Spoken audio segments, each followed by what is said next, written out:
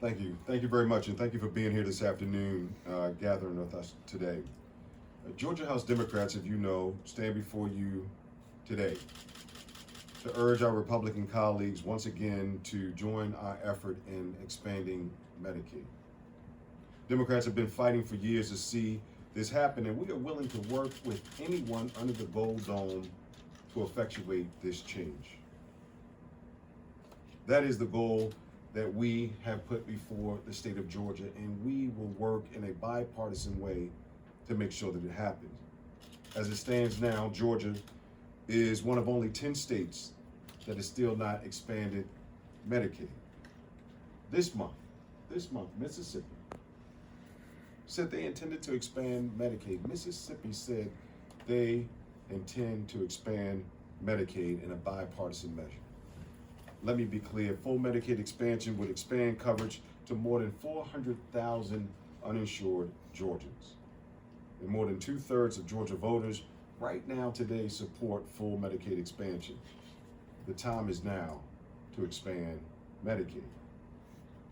Hardworking Georgians, quite frankly, are dying from preventable, treatable illnesses. Why? Their diagnosis? They're too poor to go to the doctor.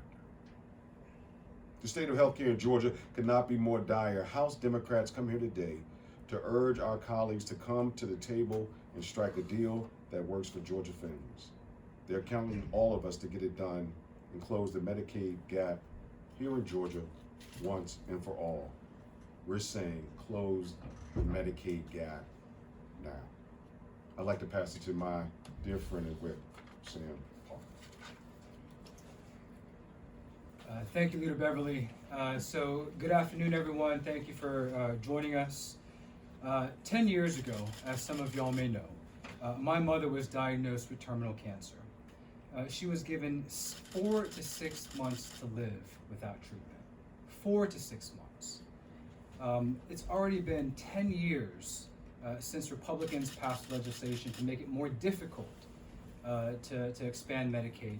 And yet, even now, even though there's a desire to expand Medicaid, it seems Republican politics is preventing them from taking action on this incredibly important issue, in which time really is of the essence. An analogy was shared to me, which I think is very apt on this issue, in which imagine a room, an ER, an emergency room, emergency department, that is full of patients, and the doctor comes out and says, we need 1 more year. People who have been diagnosed with terminal illnesses, they do not have an additional year. Democrats, myself and my colleagues, we've introduced legislation, House Bill 62 in particular, as a solution to this problem. And we are welcoming and asking Republicans to come to the table to help address this issue for the benefit of all Georgians. This should not be a political issue, even though the issue has unfortunately been politicized. House Bill 62, which we introduced last year, is modeled after legislation passed and enacted in the state of Montana. And the effects of that bill are very, very clear. Again, that's HB 62, the Georgia HELP Act. In Montana, they covered more than 100,000 people in 2 years, and they saw more than $2 billion in economic activity during that same period of time. Here in Georgia, we would see more than 400,000 Georgians be covered, and again, see billions of dollars of economic activity as a result of expanding Medicaid and doing the right thing. So again, myself and my colleagues, we will continue to work and advocate on this issue because it is that important for the people of Georgia. So again, we will continue to urge and continue to open the door for Republicans to come across the aisle, to have the courage to put aside their politics and do what's in the best interest of all Georgians. With that, I will turn it over to Representative Dr. Michelle Allen. Thank you, Whip Park. Good afternoon, everyone. So, while not every physician has the same personality, I think that the approach that serves our patients best, generally speaking, is to approach problems pragmatically while remaining optimistic. And even when the prognosis is grim, we can be realistic when the outlook seems poor. And even as we continue to hope and work and strive for the best possible outcome. because that is what our patients need and deserve from us. So I think many of us entered this session optimistic about the prospect of passing full Medicaid expansion this year. Not someday, not next year, but this year, as hundreds of thousands of patients watched and hoped and waited for the same. I think it's fair to say, and everyone in this room is probably well aware, that the odds appear to have shifted drastically since January. Some, I think, have written off the issue entirely, chalking it up to intentions that outstripped our political will. Some say it was foolish that we ever hoped it could happen. But until that gavel comes down on sine die, I will not believe that. Because I still believe that this body can accomplish something transformative together. And until it's over, I think we owe it to people to try. Over the past few months, I've had so many conversations with our Republican colleagues, talking dozens of strong moral members of the Republican leadership who have told me privately and increasingly publicly that they recognize unavoidably that full Medicaid expansion must be the way forward for our state. And while they fight a partisan monster of their own creation, this can no longer be a partisan issue, but a practical, fiscally responsible, ethically clear choice. How they can know this and still be able to walk away from this hope and this expectation and say, maybe we'll try again next year, it's beyond my comprehension. Because some of those waiting for healthcare coverage may not have a next year. And frankly, some of us might not have a next year either. A technical point that I think is important to make today as we are watching the end of our House Committee meeting that we just saw, the reason Georgia has so many rural hospital closures is not because of CON law. The reason Georgia has so many rural hospital closures is due to the huge burden of uncompensated care costs in a state with one of the highest uninsurance rates in the nation.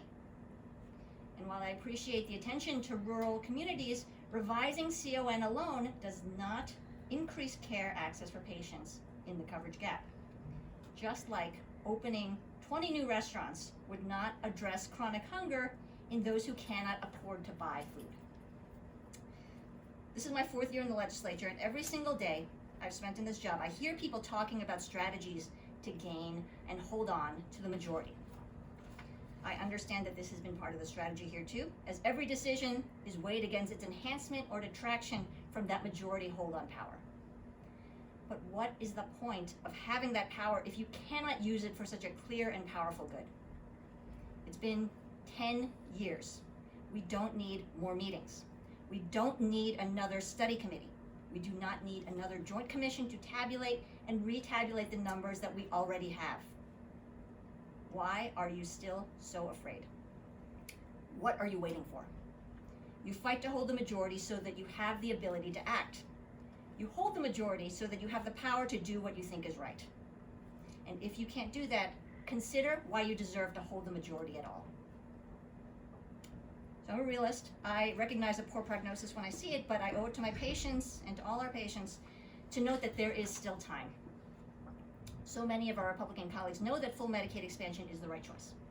I know because they've told me. I just wish they would tell Georgians this too, not just in word, but in deed. But there is still time. So on day 24 of the legislative session, I implore our majority leaders to please come to the table, join us to deliver what our voters want, which is simply to work together on real solutions. We cannot do this without you. I know because we've tried. And I've run out of ways to explain this to my patients why we as a state cannot get this done, because I can't understand it myself. So please, there is still time. Work with us, work with each other, and please finally do what's right. Now I'd like to introduce my colleague, Representative Scott Holton. Thank you. I'm really disappointed that it seems that Medicaid expansion isn't going to move this year. Georgia has the 2nd worst rate of uninsured in the country. We're behind Texas. And our population of uninsured is over 1 million people. If we were to fully expand Medicaid, we would dramatically reduce the number of uninsured, and we would also very much help our hospitals. As has been stated, Georgia has had hospital closures both in rural areas and in metro areas. And one of the biggest challenges that they face are they take care of patients that are poor and uninsured. If Georgia were to expand Medicaid, then the hospitals would very much be able to both better serve their current populations and patients and also going forward. But one thing that I want to share is, and this really isn't debatable, and in most things in public life, things are debatable, but this isn't. There is no economic case against full expansion.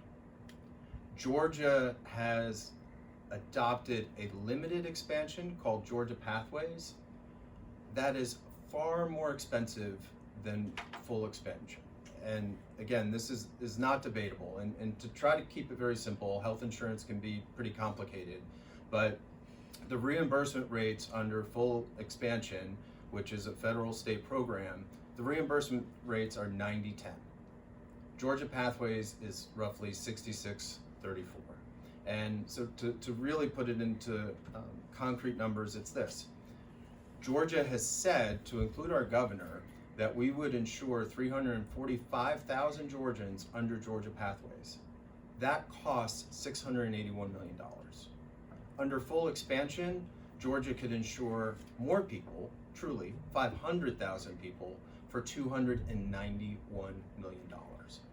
In other words, the state could save over $400 million by passing full expansion and insure more people. But it gets even better than that, because there's also federal legislation that provides for a 5% enhancement for 2 years, and this is an incentive for the very few states that have not fully expanded Medicaid.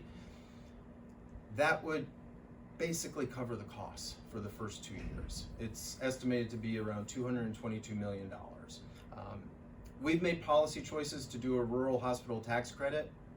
That's $100 million and doesn't insure a single person.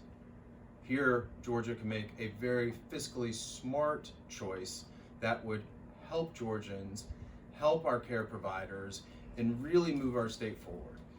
Georgia has so much to be proud of, but our health outcomes and our health policy is not one of them. I very much hope that before this session ends, we change course. And here's the punchline. We know that we're going to expand Medicaid. It is just a question of when. Every day and every year that we fail to act, we are literally wasting money, and we are also preventing people from getting care who need it. That is wrong, and it is a dramatic mistake that should be remedied. So with that, I'll close, and I'll introduce my colleague, Representative Hughley. Thank you. Thank you, Representative Holcomb. Good afternoon. As my colleagues have already outlined this afternoon, we must expand Medicaid and do it now. A state's decision to forego Medicaid expansion affects the staying power of rural hospitals. Medicaid expansion is the only way that we can keep our rural hospitals from closing. In the past 10 years, we have seen about 10 different rural hospitals close down. 10 years, 10 hospitals. We've seen hospitals close and healthcare providers disappear from the landscape in many areas as a result of our refusal to expand Medicaid. It's nothing short of devastating. As Georgia House Democrats, we believe the quality of our healthcare should not be determined by your income level or your zip code. Not to mention, when we expand Medicaid, it lessens the strain on our entire healthcare ecosystem. Georgians want and need Medicaid expansion, and we need it now. Even our Republican colleagues who represent rural areas hear about the need to expand Medicaid from their constituents on both sides of the aisle. If we do not expand Medicaid this session, it's another missed opportunity under Republican leadership. This is a policy which would have such an important impact on the lives of so many Georgians, especially families living in rural Georgia. With that, I want to say now is the time for us to expand Medicaid and turn it over to my colleague, Sam Park. Thank you to all my colleagues for their remarks. With that, we'll open it up to any questions members of the media may have. Please list your outlet when you ask a question. Thank you. Michelle with the AJC. If Republicans get what they want in terms of passing this bill to roll back CON, what would be the Democrats' plan to kind of force their hand, not just with the study committee, but to actually expand Medicaid? Well, my understanding of House Bill 1339 is that it wouldn't insure a single individual, so it wouldn't address the problem. The problem remains outstanding. Unfortunately, it's my position that if Republicans are unable to act and to do the right thing, even though a lot of them, I believe, are sincere in their efforts to expand Medicaid, it seems that they may simply be incapable of doing so, given their politics and their demonization of this issue. And so what that means, in my opinion, is for the people to hold all of us, including Republican elected officials, accountable, and to elect folks up and down the ticket who are willing to do the right thing to make sure that all Georgians have access to care. Jeff from the AP. Obviously, an election is a next year solution. Several of the speakers here have said they want a this year solution. How do you bring the majority to the table? How do you get them to change their mind? So, as Representative Al has mentioned, we've been having multiple conversations with Republican leaders, with Republican rank and file members. Again, my understanding is that there is a majority of Republicans today in both the House and the Senate who would be willing to expand Medicaid, but it is their politics that prevents them from doing so. Their fear of being primaried come qualifying, which I find to be very unfortunate, and that there's not a single Republican who has the courage to put the best interest of Georgians before their own political careers. So again, as Representative Al said, we will remain open to working with Republicans and providing them accurate information and trying to create as much space and as much grace for folks to come across the aisle up until Sunny Die. But Republicans, they control all levers of state government. And we've seen what that looks like with respect to healthcare, in which under their failed leadership, Georgia is the worst state in the country when it comes to access to healthcare. And we see that also when it comes to healthcare outcomes. Ross with the Georgia Recorder. Why in HB 62 was it decided to go with a committee rather than a full expansion? So HB 62 is a full expansion of Medicaid. There is an additional committee that will be looking at additional reforms to the existing Medicaid program, similar to what they had in Montana, to ensure that the expanded model of Medicaid is more efficient and effective to ensure the best service delivery model that we could possibly provide. HB 62 also connects Georgians who would otherwise be eligible for Medicaid to our institutions of higher learning. I think there's a misnomer in which Medicaid expansion is simply access to health care for people who are poor and not working. These are hard-working Georgians who are falling into that coverage gap. And HB 62 would cover those folks and create and lower the rungs of that socioeconomic ladder so that folks don't remain on public health insurance but have opportunities to get a better job and private health insurance if they so choose. Georgia WXIA. This is a question for the panel. When Representative Beverly mentioned that Mississippi was going to be moving Medicaid into the legislature, how likely do you think that will shift the consciousness of in-house GOP members? I hope it does a lot in making Republicans understand that this issue is supported by Republican voters. It seems to be Republican politics that seems to be the primary obstacle. North Carolina, of course, expanded Medicaid last year with compromise legislation. Mississippi is moving forward as well, and hopefully Georgia will do the same. I hope Georgia's not last, certainly when it comes to caring for its citizens. But again, that's why as members of the Democratic caucus, we're doing everything possible, again, to ensure Republicans are coming across the aisle to do the right thing. and I'm happy to open it up to anybody else if they want to. Yeah, this won't make me any friends in Mississippi, but name one thing that Mississippi ranks highly at, and Georgia is behind them on this issue. So that's a disaster.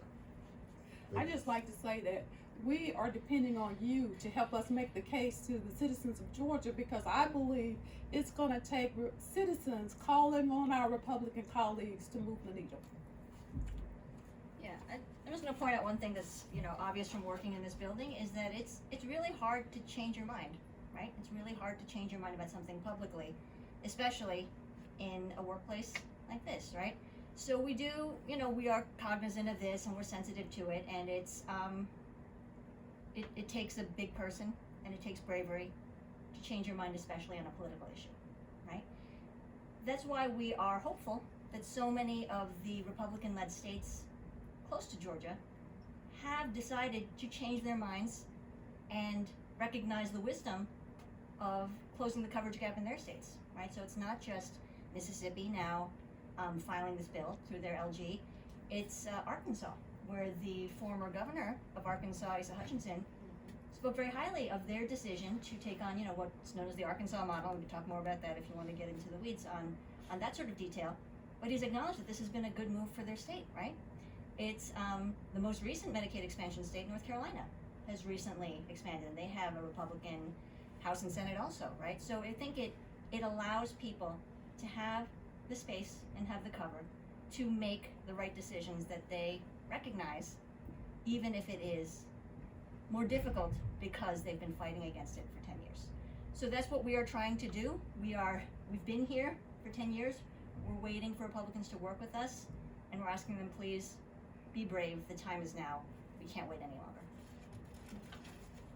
Thank you. Well, I want to thank you guys for coming out for our press conference. Again, as Representative Hughley said, we'd love for you to amplify what we said today. We will continue on the front line and move Medicaid forward. Listen, there are Republicans at the top of the General Assembly who believe we should expand Medicaid. They need to not just believe, they need to act. And now's the time to do that. So thank y'all for coming today, and we'll see y'all soon. Thanks, everybody. Thank you.